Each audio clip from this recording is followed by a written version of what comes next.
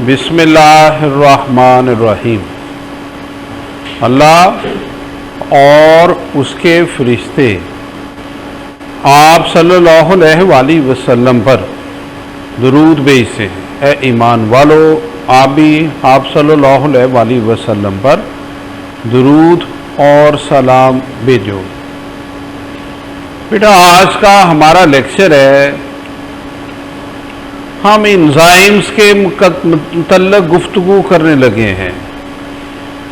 आप देखें कि हमारी बॉडी के अंदर millions of actions reactions perform होते हैं और इन एक्शंस रिएक्शंस को कौन मैनेज करता है? इनको एंजाइम्स मैनेज करते हैं। हम एंजाइम्स को क्या बोलते हैं? बायो कैटलिस्ट बोलते हैं।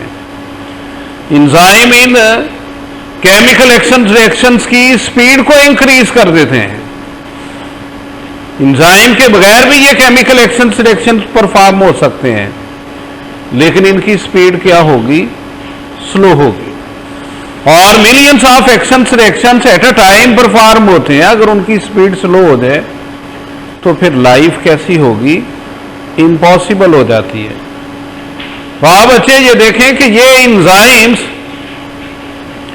जो बायोलॉजिकल सब्सटेंसेस हैं, जिनको हम बायोकैटलिस्ट बोलते हैं, ये केमिकल एक्शन रिएक्शन की स्पीड को तेज कर देते हैं और दे इंक्रीज और they accelerate metabolic action reactions by lowering the heat of activation. बेटा देखें कि हर केमिकल एक्शन रिएक्शन के लिए एनर्जी की जरूरत होती है। हम इस एनर्जी को क्या बोलते हैं? हीट ऑफ एक्टिवेशन बोलते हैं। जैसे देखें कि आप मोटरसाइकिल है तो आप उसकी क्या लगाते हैं? किक लगाते हैं, यानी आपने उसको क्या प्रोवाइड की है? हीट ऑफ एक्टिवेशन प्रोवाइड की है। इसी तरह से मैच स्टिक है ना, मैच स्टिक, माचिस की तीली, आप उसे मैच बॉक्स के साथ रब करते हैं। इट्स मीन आपने उसको क्या प्रोवाइड की?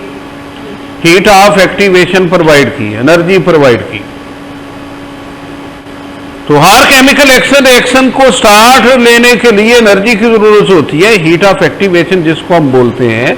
एंजाइम इस जरूरत को कम कर देते हैं, ये हीट ऑफ एक्टिवेशन को डिक्रीज कर देते हैं। और ये जो एंजाइम्स हैं दे आर ग्लोबुलर प्रोटीन्स। और इसके अलावा बेटा एक केमिकल एक्शन रिएक्शन ओवर हो जाए तो आप उसके एंड पे एंजाइम को एज सच एक्सट्रैक्ट कर लेते हैं। इट्स मीन्स के they are not consume during the reactions. और ये एंजाइम्स, पहले यही कंसेप्ट होता था कि enzymes are totally protein in nature, लेकिन बाद में ये कंसेप्ट गलत हो गया कि एक ऐसा एंजाइम डिस्कवर हुआ जो प्रोटीन नेचर नहीं था, लेकिन काम किसका करता था? एंजाइम का काम करता था। ये कौन सा था? राइबोजाइम, जो आरएनए नेचर था, कैटालिटिक एक्टिविटी थी। हाँ, फिर उसके बाद आप ये कंसेप्ट इस तरह से चेंज हुआ कि you can say enzymes are mostly protein in nature. अब बच्चों ये देखें कि ये जो बायोकैटलिस्ट होते हैं, ये एंजाइम की हर साइट एक्शन रिएक्शन में इन्वॉल्व नहीं होती, इसकी एक पार्टिकुलर साइट एक्शन रिएक्शन में इन्वॉल्व होती है। हम इस साइट को एक्टिव साइट बोलते हैं। एंजाइम क्योंकि प्रोटीन नेचर और इन ये प्रोटीन की पॉलीपेप्टाइड चेन्स अमाइनो एसिड से composed, hundreds of amino acids मौजूद है एंजाइम के अंदर। तो उसमें से 3 से लेकर 12 तक अमाइनो एसिड किसमें मौजूद है? इन एक्टिव साइट। और बाकी जो अमाइनो एसिड्स होते हैं, ये एंजाइम के ओवरऑल ग्लोबुलर स्ट्रक्चर को मैनेज करते हैं। ये ओवरऑल ग्लोबुलर स्ट्रक्चर को मैनेज करेंगे। भाई बेटा ये देखें कि ये हर साइट एंजाइम की केमिकल एक्शन रिएक्शन में इन्वॉल्व नहीं होती। ये हर साइट केमिकल एक्शन रिएक्शन में इन्वॉल्व नहीं होती, सिर्फ एक particular site chemical action reaction में इन्वॉल्व होती, जिसको हम कैटलिस्ट बोलते हैं। और इस कैटलिस्ट के भी दो पार्ट, एक बाइंडिंग रीजन और एक कैटालिटिक रीजन। बाइंडिंग रीजन का कमाल ये होगा कि ये एंजाइम की हेल्प करेगा to recognise to a particular substrate. बेटा देखें कि अगर एक फॉर एग्जांपल एक पेप्सन एंजाइम मौजूद है तो आप उसके सामने thousands of, hundreds of, thousands of other substrate पड़े हुए, कोई प्रोटीन नहीं पड़ी हुई, तो ये पेप्सन किसी और के साथ एंजाइम की इसकी अटैचमेंट नहीं होगी, बाइंडिंग साइट इसको किसी और के साथ अटैच नहीं करेगी। जहां पे इसको प्रोटीन अवेलेबल होगी तो ये फौरन उसके साथ इसकी अटैचमेंट करेगी। तो ये क्या बनेगा, इससे एंजाइम सबस्ट्रेट कॉम्प्लेक्स बन जाएगा। लेकिन जैसे एंजाइम सबस्ट्रेट कॉम्प्लेक्स बनता है तो कैटालिटिक साइट एक्टिव हो जाती है और वो सबस्ट्रेट को किस में कन्वर्ट कर देती है, इनटू दी प्रोडक्ट। अब बच्चे ये देखें कि ये जो एंजाइम्स हैं they are mostly protein nature, लेकिन इन एंजाइम्स को काम करने के लिए कुछ अदर फैक्टर्स की भी जरूरत होती है। और ये कौन से होते हैं, दे आर आ कोफैक्टर्स। ये कोफैक्टर कौन सा हो सकता है, प्रोस्टैटिक ग्रुप हो सकता है, ये कोएंजाइम हो सकता है, एक्टिवेटर हो सकता है, और ये अमूमन कौन से होते हैं, नॉन प्रोटीन पार्ट होते हैं। अब बेटा ये देखें कि ये प्रोस्टैटिक ग्रुप क्या होता है, कोएंजाइम क्या होता है, एक्टिवेटर क्या होता है। हम प्रोस्टैटिक ग्रुप को बोलते हैं कि ये ऐसे हेल्पर्स होते हैं जो एंजाइम के साथ कोवलेंटली बॉन्डेड होते हैं। और अमूमन ये कैसे होते हैं, दे आर ऑर्गेनिक मॉलिक्यूल्स। जैसे देखें कि ये हीमोग्लोबिन है ना, HB, उसका जो हीम ग्रुप है, और इसी तरह से ये जो कोएंजाइम होते हैं ये भी ऑर्गेनिक मॉलिक्यूल्स होते हैं, अमूमन विटामिन्स, डेरिवेटिव्स, लेकिन ये एंजाइम के साथ लूजली अटैच्ड होते हैं। जैसे देखें कि कुछ coenzymes NAD, FAD, nicotinamide, adenine dinucleotides, flavin adenine dinucleotides. आपके बेटा एक्टिवेटर्स, ये एक्टिवेटर्स कैसे होते हैं, ये इनऑर्गेनिक केमिकल्स होते हैं, ये लूजली अटैच्ड होते हैं, यानी ये केमिकल एक्शन रिएक्शन स्टार्ट किया तो वहां से क्या कर गए, रिमूव हो गए, ये रिमूवेबल होते हैं। और ये कौन से हैं, मेटल आयंस। या आपके बच्चे ये देखें कि एंजाइम्स की, ये जो एंजाइम के जो हेल्पर्स थे ना, हमने इनको डिस्कस किया और आगे डिस्कशन है types of enzymes on the basis of cofactors. हम इनकी मुख्तलिफ टाइप्स बोलने लगे एंजाइम को, हम बोलते हैं they are called as apoenzymes. और कुछ कौन से होते हैं जी, होलो एंजाइम बोलते हैं। एपो एंजाइम मीन कि एंजाइम तो मौजूद है, प्रोटीन की पॉलीपेप्टाइड चेन तो मौजूद है, लेकिन उसका हेल्पर साथ मौजूद नहीं है, हेल्पर उसका रिमूव्ड है। जब भी हेल्पर नहीं है तो ये पॉलीपेप्टाइड चेन भी फंक्शनल नहीं है। और जब के बच्चों ये देखें कि होलो एंजाइम, ये एंजाइम्स कैसे होते हैं, भाई इनमें एंजाइम मौजूद है, यानी पॉलीपेप्टाइड चेन मौजूद है, प्लस इसके साथ इसका कोफैक्टर मौजूद है। आप कह लें कि ये एक्टिवेटेड पॉलीपेप्टाइड चेन्स होती हैं, ये एक्टिवेटेड पॉलीपेप्टाइड चेन्स होती हैं। आप बच्चों ये देखें कि ये तो एंजाइम इसके different types on the basis of cofactors. आपके एंजाइम का मैकेनिज्म क्या है, इसकी वर्किंग कैसी होती है।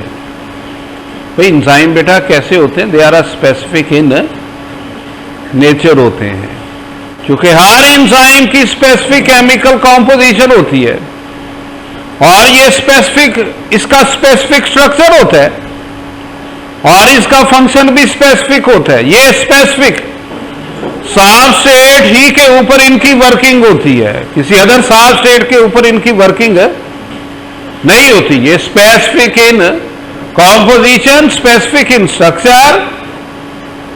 और बेटा ये देखें, हर एंजाइम किसकी प्रेजेंस में काम करना पसंद करता है? इन एक्वस मीडियम, आबी माहौल में।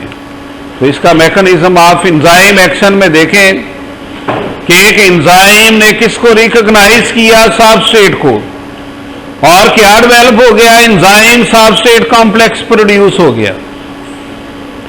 और एंजाइम सबस्ट्रेट कॉम्प्लेक्स जब प्रोड्यूस हुआ तो यहां पे एंजाइम प्रोडक्ट कॉम्प्लेक्स, फिर इससे यानी एंजाइम ने पहले सही सबस्ट्रेट को रिकॉग्नाइज किया, उसकी बाइंडिंग साइट ने इसको जोड़ दिया, साथ ही कैटालिटिक साइट एक्टिव होगी और कैटालिटिक साइट ने सबस्ट्रेट को किस में कन्वर्ट कर दिया? Into the product. और फिर इसमें से एंजाइम सच बाहर निकल आएगा, सबस्ट्रेट किस में कन्वर्ट हो चुका है? Into the product. अब बेटा ये देखें कि ये कई एक्शंस रिएक्शंस होते हैं, आप इनको सिंगल स्टेप रिएक्शंस बोलते हैं, और कई एक्शंस रिएक्शंस होते हैं चेन रिएक्शंस होते हैं। जैसे आपने बहुत से एक्शंस रिएक्शंस पढ़े हुए हैं, फॉर एग्जांपल आपने फोटोसिंथेसिस पढ़ी हुई है, carbon dioxide, water, light energy मिलकर ग्लूकोज बनता है, ऑक्सीजन डेवलप होती है, वाटर डेवलप होता है। ये सिंगल स्टेप रिएक्शन नहीं है। आपने तो पूरा चैप्टर उसका हाफ पोर्शन इसमें पढ़ा हुआ है कि इसमें light reaction, dark reaction, different steps. इसी तरह से सेलुलर एस्पिरेशन में ग्लूकोज को तोड़ा जाता है और ग्लूकोज का ब्रेकडाउन एट वंस नहीं परफॉर्म हो जाता, इसको भी स्टेप बाय स्टेप परफॉर्म किया जाता है। ग्लाइकोलाइसिस, पायरुविक एसिड, ऑक्सीडेशन, और फिर ये जो acetyl CoA, Krebs cycle, electron transport chain, कई एक इसमें स्टेप्स मौजूद होते हैं। कहीं जाकर ग्लूकोज का ब्रेकडाउन होता है, कहीं जाकर एनर्जी की प्रोडक्शन होती है। तो यहां पे बेटा ये देखें, कई एक चेन रिएक्शंस होते हैं, कई एक सिंगल स्टेप रिएक्शंस होते हैं, लेकिन यहां पे ये एक चेन रिएक्शन मैंने शो किया हुआ है। इसमें देखें कि एक इनिशियल सबस्ट्रेट है, ए है, ये बी में कन्वर्ट हो रहा है, और बी सी में, सी डी में, और डी किस में कन्वर्ट हो रहा है? ई में। लेकिन हर स्टेप पे कोई ना कोई एंजाइम इन्वॉल्व है, और ये जितने एंजाइम्स होते हैं सारे प्रीसाइज ऑर्डर में पड़े हुए होते हैं। एक एंजाइम एक एक्शन रिएक्शन को मॉनिटर करता है, मैनेज करता है, उस सब स्टेट को प्रोडक्ट में कन्वर्ट करता है, और ये प्रोडक्ट ये नेक्स्ट एंजाइम को दे देता है, उसको हैंड ओवर कर देता है, और नेक्स्ट एंजाइम फिर इस सबस्ट्रेट को पिक करके इस प्रोडक्ट को एज ए सबस्ट्रेट पिक करके नेक्स्ट प्रोडक्ट में कन्वर्ट कर देता है। लेकिन बेटा देखें, ये सारा एक्शन रिएक्शन जरूरत के मुताबिक होता है। आपको पता है कि आपकी बॉडी के अंदर एनर्जी की प्रोडक्शन वो भी किसके मुताबिक होती है? जरूरत के मुताबिक होती है। तो यहां पे फीडबैक इनहिबिशन होती है, प्रीकर्सर एक्टिवेशन होती है। यहां पे बेटा ये देखें, अगर फाइनल प्रोडक्ट जरूरत से ज्यादा प्रोड्यूस हो गया तो ये एंजाइम 1 को इसकी वर्किंग को रोकेगा, और इसी तरह से अगर इनिशियल सबस्ट्रेट जो है बहुत ज्यादा है, प्रीकर्सर एक्टिवेशन में ये एंजाइम 4 को एक्टिवेट करेगा कि वो अपना काम फटाफट करे, अपना काम तेज करे, ताकि वर्किंग तेज हो। तो ये सारा एक्शन रिएक्शन, जितने भी एक्शन रिएक्शंस होते हैं, ये फीडबैक मैकेनिज्म के मुताबिक होते हैं। यानी कोई भी चीज जो मैनेज की जाती है वो जरूरत के मुताबिक मैनेज की जाती है। यहां भी बेटा ये देखें कि ये एंजाइम एक्शन में से, हाँ, मैकेनिज्म ऑफ एंजाइम एक्शन में से एक लॉक एंड की मॉडल बोलते हैं, जिसको किसने पेश किया? एमएल फिशर ने पेश किया। कब पेश किया? 1894 में। एमसीक्यू पॉइंट ऑफ व्यू से ये बातें इंपॉर्टेंट होती हैं। अप्रॉक्सीमेटली हर पेपर में 4 के करीब एमसीक्यूज आते हैं एंजाइम वाले पोर्शन में से। आप इसको लाइट ना लें। और यहां पे एक्टिव साइट है ना, इंजाइम की इसकी डेफिनेट शेप है, रिजिड है, स्ट्रक्चर इसका सख्त है, इसमें कोई फ्लेक्सिबिलिटी नहीं है, इसमें कोई मॉडिफिकेशन नहीं है। और ये अमूमन ये कौन से होते हैं? नॉन रेगुलेटरी इंजाइम्स होते हैं। बेटा ये देखें कि जैसे एक स्पेसिफिक लॉ के लिए स्पेसिफिक की होती है ना, इस की के जो उभार हैं, दंदाने, इनमें भी कोई चेंज नहीं आती। और लॉ के अंदर जो लिवर है उनमें भी कोई मॉडिफिकेशन होती नहीं है, रिजिड होती है। अगर की उसमें फिट हो गई तो वो उसको ओपन कर देगी, अदरवाइज उसको ओपन नहीं करेगी। या आपके बच्चे ये देखें, इसके मुकाबले में इंड्यूस फिट मॉडल इसको कोस्टलैंड ने कब 1959 में पेश किया। इसके मुताबिक इंजाइम की एक्टिव साइट रिजिड नहीं है, इंजाइम की एक्टिव साइट में फ्लेक्सिबिलिटी मौजूद है, ये मॉडिफिकेशन इसमें मौजूद है। यहां पे ये जो इंजाइम की एक्टिव साइट जो है ना, ये मॉडिफाई हो सकती है और इससे एफिशिएंसी बढ़ जाती है। और इसकी एग्जांपल्स में से कार्बोनिक एनहाइड्रेस मौजूद हैं। बेटा आपकी बुक में ये नॉन रेगुलेटरी इंजाइम्स नहीं है, कार्बोनिक एनहाइड्रेस इंजाइम्स नहीं है, ये एग्जांपल्स नहीं है, ये एमसीक्यू पॉइंट ऑफ व्यू से भी इंपॉर्टेंट है। और ये अमूमन कौन से होते हैं भाई? रेगुलेटरी या एलोस्टेरिक इंजाइम्स मौजूद होते हैं। बेटा एलोस्टेरिक इंजाइम्स वो होते हैं कि जिनके स्ट्रक्चर में एक्टिव साइट के अलावा अदर बाइंडिंग साइट्स होती हैं फॉर एक्टिवेटर्स, फॉर इनहिबिटर्स। भाई अदर बाइंडिंग साइट्स भी होती हैं for the attachment of activators, for the attachment of inhibitors. तो ये एलोस्टेरिक इंजाइम्स या रेगुलेटरी इंजाइम्स होते हैं जो अमूमन किसको फॉलो करते हैं? लॉक एंड की मॉडल को। अब बेटा ये देखें कि ये इंजाइम जो है इसके ऊपर कई एक फैक्टर्स का भी इफेक्ट होता है। भाई किसका इफेक्ट है? टेम्परेचर का, पीएच कंसंट्रेशंस का, सबस्ट्रेट कंसंट्रेशन का, इंजाइम कंसंट्रेशंस का। आप इसमें से बच्चे ये देखें कि ये जो टेम्परेचर है ये भी एक इंपॉर्टेंट फैक्टर है। मैंने बोला कि हर केमिकल एक्शन रिएक्शन को स्टार्ट ऑफ लेने के लिए एनर्जी की जरूरत होती है, हम उसे हीट ऑफ एक्टिवेशन प्रोवाइड करते हैं। और ये टेम्परेचर ये इनको हीट ऑफ एक्टिवेशन प्रोवाइड करते हैं। ना सिर्फ इनको हीट ऑफ एक्टिवेशन प्रोवाइड करते हैं, ये मॉलिक्यूल्स को, इंजाइम और सबस्ट्रेट के मॉलिक्यूल्स को ये काइनेटिक एनर्जी भी प्रोवाइड करता है। यहां पे बेटा काइनेटिक एनर्जी की वजह से इनकी मॉलिक्यूल्स की मूवमेंट इंक्रीज होती है। आप देखें कि ये जो टेम्परेचर है ना, इसके भी कई एक पार्ट्स होंगे। इनमें से ऑप्टिमम टेम्परेचर जिसमें एंजाइम की एक्टिविटी मैक्सिमम होती है, जिसमें एंजाइम की एक्टिव साइट इसकी शेप करेक्ट होती है। यानी देखें कि ये जो आप टेम्परेचर इंक्रीज करते हैं तो एक ऐसा टेम्परेचर, एक ऐसी ऑप्टिमल वैल्यू आती है जिस पे एंजाइम की एक्टिविटी मैक्सिमम होती है।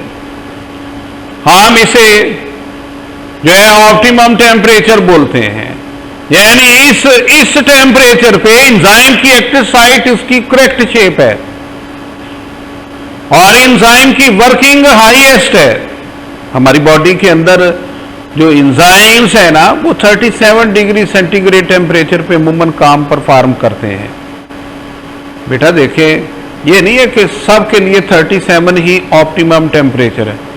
अब एक एनिमल है, ट्राउट फिश है, वो रहती ठंडे पानियों में, तो उसके लिए ऑप्टिमल वैल्यू और है। फेडरल की बुक्स में इसकी एग्जांपल्स और भी है, उनको भी जरा कंसिडर करना। उनकी ऑप्टिमल वैल्यूज और भी उन्होंने दी हुई है कि भाई हर प्लांट है जो आप कह लें कि बर्फानी एरिया में मौजूद है, कोई एनिमल है, जैसे ट्राउट की मैंने आपको एग्जांपल दी है, तो हर किसी की ऑप्टिमल वैल्यू वेरी कर सकती है। हमारी बॉडी की optimal value for temperature, enzyme की वर्किंग कहाँ पे मैक्सिमम होती है? 37 डिग्री सेंटीग्रेड टेम्परेचर पे मैक्सिमम वर्किंग होती है। आप बच्चे ये देखें कि यहाँ पे हाई टेम्परेचर का भी इफेक्ट है कि हाई टेम्परेचर की वजह से एंजाइम डीनेचर हो जाता है, यानी हाई टेम्परेचर की वजह से, जब मैंने बोला कि टेम्परेचर ना सिर्फ हीट ऑफ एक्टिवेशन प्रोवाइड करता है, काइनेटिक एनर्जी प्रोवाइड करता है, और इस काइनेटिक एनर्जी की वजह से मॉलिक्यूल्स की वाइब्रेशन होती है। लेकिन जब इन मॉलिक्यूल्स की वाइब्रेशन वायलेंट हो जाती है, उनके बॉन्ड टूट जाते हैं। अमूमन कौन से बॉन्ड टूटते हैं कि जी वीक बॉन्ड टूटते हैं, खास तौर पे कौन से bond? Hydrogen bond. MCQ point of view से इंपॉर्टेंट बात है, इसकी वजह से इसका 3 डायमेंशनल स्ट्रक्चर चेंज हो जाता है, इसकी एक्टिव साइट, इसकी शेप चेंज हो जाती है, और substrate can no longer bind effectively. इसके साथ अब सबस्ट्रेट की प्रॉपर बाइंडिंग नहीं होती, और एंजाइम की एक्टिविटी क्या कर जाती है? डिक्रीज कर जाती है। लेकिन बेटा ये देखें कि ये जो एंजाइम है, इसके ऊपर टेम्परेचर का इफेक्ट, हाई टेम्परेचर की वजह से एंजाइम डीनेचर हो जाता है, लेकिन लो टेम्परेचर की वजह से एंजाइम की डीनेचरेशन नहीं है, इसकी एक्टिविटी स्लो हो जाती है, स्लो एक्टिविटी रहती है। आप बच्चों ये देखें कि मजीद जो गुफ्तगू है भाई पीएच, हम पीएच किस चीज की एब्रीवेशन है? भाई कोई बच्चा बताए पीएच किस चीज की एब्रीवेशन है? आपके सामने मैंने लिखा हुआ है, आप केमिस्ट्री भी पढ़ते हैं, पीएच किस चीज की एब्रीवेशन है?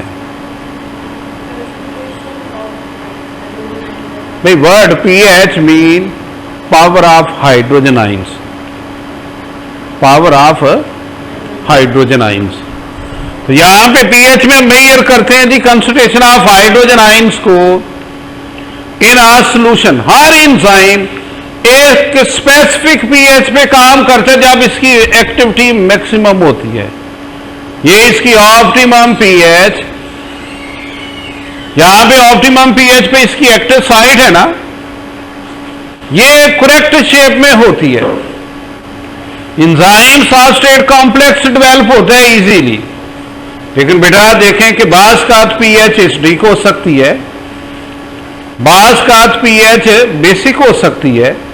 अगर पीएच में चेंजेस डेवलप हो तो ये एक्टिव साइट है, उसके जो चार्जेस उसकी शेप चेंज हो जाती है, और फिर चंद एक एंजाइम सबस्ट्रेट कॉम्प्लेक्स प्रोड्यूस होते हैं, और रिएक्शन रेट डेफिनेटली क्या करेगा? डिक्रीज कर देगा। और बेटा ये देखें कि ये अगर पीएच में माइनर चेंजेस आती है, आयोनाइजेशन चेंज होती है, एंजाइम की एक्टिविटी रिटार्ड हो जाती है, कम हो जाती है। लेकिन अगर एक्सट्रीम चेंजेस आती है तो आयनिक हाइड्रोजन बॉन्ड टूट जाते हैं, एंजाइम कैसा क्या कर जाता है? डीनेचर हो जाता है। आपकी बुक में एक टेबल है जिसमें मुख्तलिफ एंजाइम किस किस पीएच पे काम करते हैं, इंटर की बुक में, वो अच्छी तरह से करना है आपने, हर लाइन से एमसीक्यू बनेगा। और बेटा ये जो एक्सट्रीम पीएच को हमने डिस्कस किया, हर एंजाइम की ऑप्टिमल वैल्यू होती है फॉर पीएच, यानी इस पीएच पे ये एंजाइम मैक्सिममली काम परफॉर्म करेगा। और एंजाइम कंसंट्रेशंस, बेटा देखें कि एंजाइम की हर साइड केमिकल एक्शन रिएक्शन में इन्वॉल्व तो नहीं होती, उसकी एक स्पेसिफिक साइट ही केमिकल एक्शन रिएक्शन में इन्वॉल्व होती है, एक्टिव साइट होती है। जब आप एंजाइम की कंसंट्रेशन को बढ़ाते हैं तो इट्स मीन आपने किस चीज को इंक्रीज किया? आपने इसकी एक्टिव साइट को इंक्रीज किया। मोर एंजाइम मोर एक्टिव साइट, और मोर एक्टिव साइट मोर एंजाइम सबस्ट्रेट कॉम्प्लेक्सेस। और जब ये जो साफ स्टेट बिकम लिमिटिंग, अगर साफ स्टेट लिमिटेड हो जाए तो अब आप इंजाइम की कंसंट्रेशन जितनी भी बढ़ाएंगे उसका इंजाइम रिएक्शन रेट के ऊपर कोई इफेक्ट नहीं होगा। आप बच्चे ये देखें कि ये reaction rate is directly proportional to enzyme concentration while soft state is abundant, while soft state is abundant। बेटा देखें कि भी soft state आता जा रहा है, इंजाइम कंसंट्रेशन इंक्रीज करते जा रहे हैं, रिएक्शन रेट बढ़ता जाएगा। लेकिन आप इंजाइम कंसंट्रेशन जो है वो आप इंक्रीज करें हैं, सॉफ्ट स्टेट को आप इंक्रीज नहीं करें, रिएक्शन रेट इंक्रीज नहीं करेगा। बेटा देखें कि ये एक चेयर है, मैं आपको कहता हूं कि आप इसको उठाएंगे, अब एक बच्चा भी इसको उठा लेता है, मैं नंबर ऑफ स्टूडेंट इंक्रीज कर देता हूं, number of working hands increase कर देता हूं, number of active site increase कर देता हूं, तो काम की रफ्तार बढ़ जाएगी। भाई एक स्टूडेंट से 2 किए, 3 किए, 4 किए, 5 किए, 8, 9, 10 किए, 10 तक तो इसकी काम की रफ्तार बढ़ गई। आप 11वां स्टूडेंट अगर मैं करूंगा तो काम की रफ्तार पे कोई इफेक्ट नहीं होगा। क्यों? वो तो इसको हाथ ही नहीं लगा सकता। मैं अगर 12वां 13वां इवन दो 50 तक स्टूडेंट इंक्रीज कर दूं, अब काम की रफ्तार पे कोई इफेक्ट नहीं हुआ। क्यों?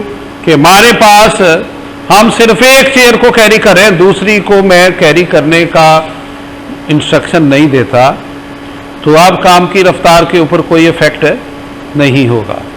काम की रफ्तार के ऊपर तब इफेक्ट होगा मैं साथ साथ सब स्टेट कंसंट्रेशन को भी क्या करूं, बढ़ाता जाऊं, साथ साथ मैं नंबर ऑफ चेयर्स को जो है वो कैरी करने के लिए नंबर ऑफ चेयर्स भी इंक्रीज करता जाऊं। तो यहां पे reaction rate is directly proportional to enzyme concentration while substrate is abundant. Substrate कैसा है जी? बकसरत से पाया जाता है कि आपके बेटा सॉल्ट स्टेट कंसंट्रेशन है, भी सॉल्ट स्टेट कंसंट्रेशन में at a low salt state concentration, salt state is limiting factor. अब यहां पे जैसे जैसे आप सॉल्ट स्टेट कंसंट्रेशन को बढ़ा रहे हैं तो रिएक्शन रेट बढ़ता जाता है up to maximum velocity, maximum velocity तक इसकी इंक्रीज होती है। और ये जो maximum velocity is reach when all active sites are occupied, सब एक्टिव साइट ऑक्युपाई हो चुकी है। Beyond maximum velocity adding more substrate has no effect. अब इसी तरह से at saturation enzyme become a limiting factor. अब बेटा एंजाइम इनहिबिशन, एंजाइम की एक्टिविटी को रोकने के लिए कुछ अदर सब्सटेंसेस भी होते हैं जिनको हम एंजाइम इनहिबिटर्स बोलते हैं। इनमें से कुछ कौन से हैं? रिवर्सिबल इनहिबिटर्स, कुछ रिवर्सिबल इनहिबिटर्स। इरिवर्सिबल तो वो होंगे ये एक्टिव साइट को परमानेंटली ब्लॉक कर देते हैं, कोवलेंट बॉन्डिंग इनकी हो जाती है, आप इनको न्यूट्रलाइज नहीं कर सकते। एक्टिव साइट फिजिकली ब्लॉक होगी, सायनाइड्स, आयंस ऑफ हैवी मेटल्स। लेकिन जो रिवर्सिबल इनहिबिटर्स होते हैं ये टेम्पररी होते हैं, वीक लिंकेज होती है, आप इनको न्यूट्रलाइज कर सकते हैं। इनमें से आपने पढ़ा हुआ है कॉम्पिटिटिव इनहिबिटर्स भी पढ़ा हुआ है, जिसमें सॉल्ट स्टेट और इनहिबिटर स्ट्रक्चरली सिमिलर होते हैं। और non competitive inhibitors allosteric sites जिनके पास मौजूद होती है, यानी जिनके साथ कोई रेगुलेटरी मॉलिक्यूल्स, कोई एक्टिवेटर, कोई इनहिबिटर आकर जुड़ सकता है, तो ये इसके साथ इनकी अटैचमेंट हो जाती है। आपने एक एग्जांपल पढ़ी हुई है कॉम्पिटिटिव इनहिबिटर्स में, सक्सिनेट है, इसको फ्यूमरेट, ये सबस्ट्रेट है, ये प्रोडक्ट है। कौन इन्वॉल्व होता है? सक्सिनेट, डिहाइड्रोजिनेस एंजाइम इन्वॉल्व है। लेकिन अगर यहां पे मेलानिक एसिड आ जाता है जो इनहिबिटर है तो यहां पे इसकी इनहिबिशन हो जाएगी। अगर ये एंजाइम इसको मेलानिक एसिड को चूज कर लेगा तो there will be the no product. ये कॉम्पिटिटिव इनहिबिटर्स के मतलब ये एक एग्जांपल थी जो आपके टेक्स्ट बुक में मौजूद थी, मैंने इसको